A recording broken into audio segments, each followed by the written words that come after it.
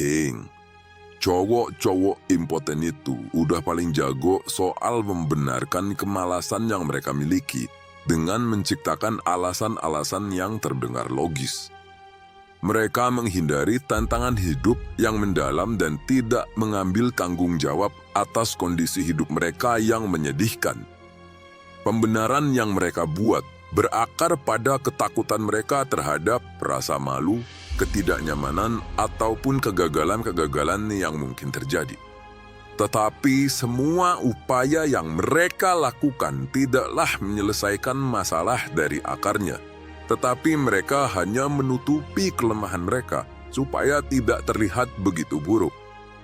Ini semua adalah karakter seorang pengecut.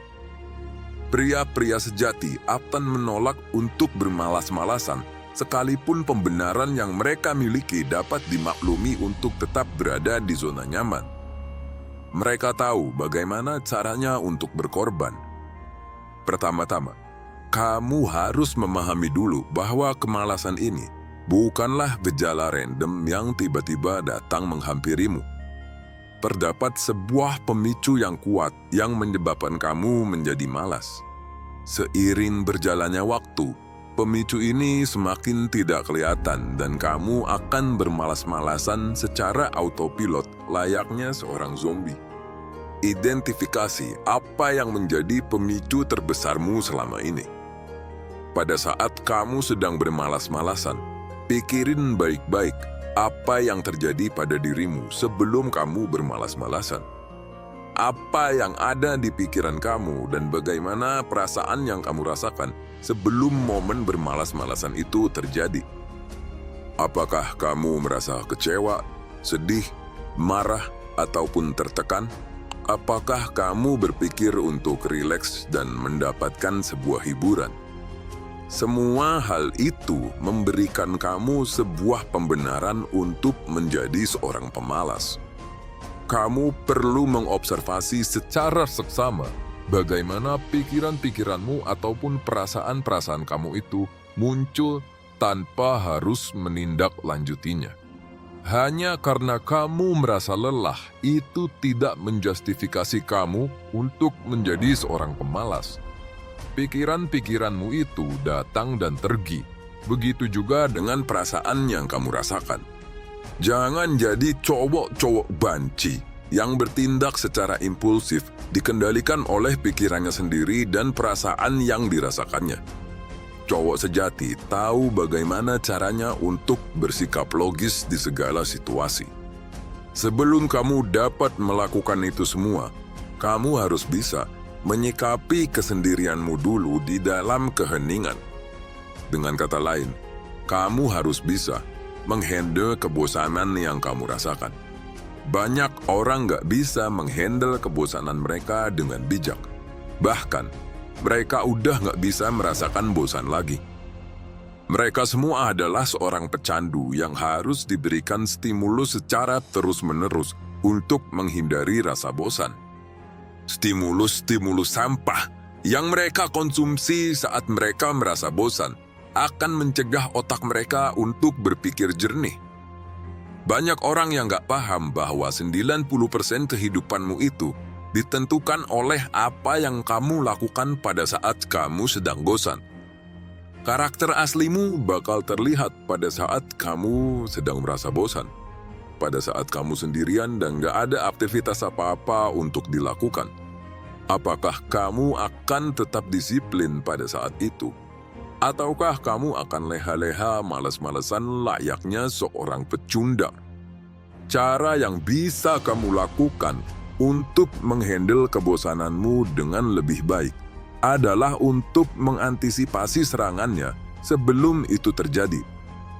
Di dalam 24 jam yang kamu miliki, kira-kira di jam berapa aja kamu memiliki waktu luang?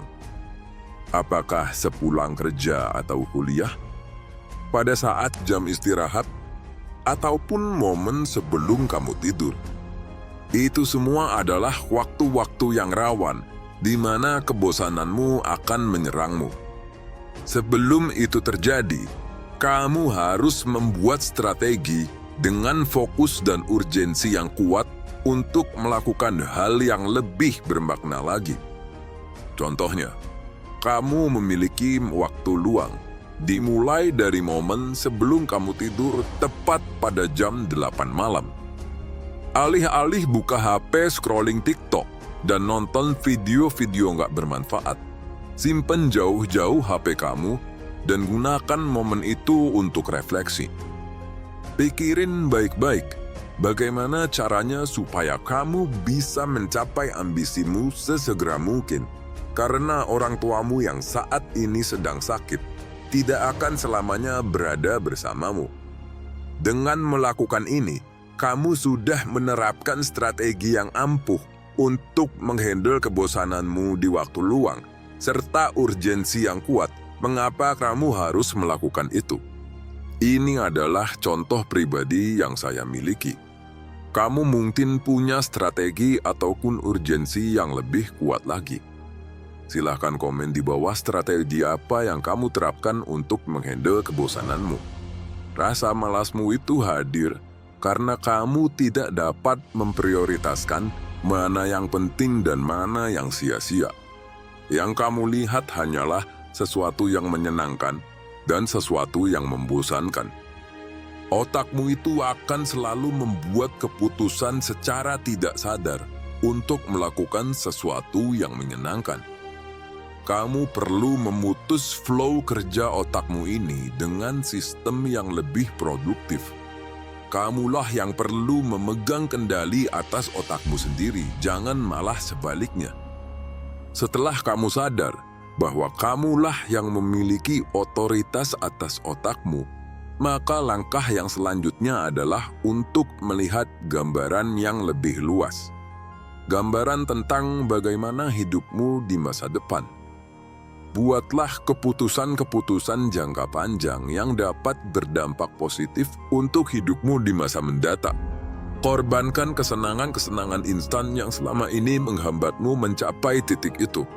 Kamu pasti mampu untuk menggapai ambisi terbesarmu selama kamu memiliki fokus yang kuat, jauh dari distraksi. Kenapa kamu selalu merasa kesulitan untuk berfokus? Ya karena kamu belum mengorbankan distraksi yang menjebakmu melakukan hal-hal sepele yang tidak bermakna. Kenapa kamu kesulitan untuk melakukan pengorbanan itu? Itu karena kamu tidak dapat melihat potensi terbaikmu yang bisa saja kamu raih jika kamu mengorbankan kesenangan jangka pendek itu. Lalu bagaimana caranya supaya kamu bisa melihat dan memaknai potensi yang kamu miliki selama ini? Caranya adalah dengan menggunakan waktu luangmu untuk merefleksi dan menganalisa bagaimana kamu bisa membuat keputusan yang lebih baik lagi. Jangan sampai kamu terlena dengan waktu luangmu yang kamu miliki. Kamu harus menghandle kebosananmu itu dengan pendekatan yang lebih baik. Kesimpulannya adalah, kamu akan menyelesaikan kemalasanmu pada saat kamu mencabut akar dari permasalahannya. Jangan malah kamu membohongi diri sendiri dan orang lain dengan cara melutup-lutupi kemalasan kamu menggunakan pembenaran yang kamu buat-buat. Seorang pemalas itu memang sukanya overthinking, menganalisa secara berlebihan skenario-skenario gaib yang mungkin terjadi. Memulainya aja belum tapi udah banyak alasan. Pengecut. Percuma aja punya hormon testosteron tapi disia-siain kayak banci. Pria yang sejati akan berusaha untuk meningkatkan testosteron yang dimilikinya dengan mengambil resiko-resiko yang menantang untuk mencapai ambisi terbesarnya. Zona nyaman hanya akan membunuh mereka secara perlahan-lahan. Kamu ini diciptakan ke dunia ini untuk mengemban suatu amanah.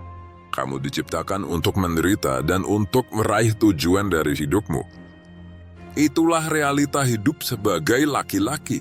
Jangan memperburuk keadaan dengan memelihara sifat-sifat seorang pemalas. Gak ada alasan buat komplain tentang hidup yang kamu jalani sebagai seorang laki-laki. Di dalam lubuk hatimu yang terdalam, Saya tahu kalau kamu bukanlah seorang pemalas. Tidak ada seorang pun yang menginginkan untuk menjadi pemalas.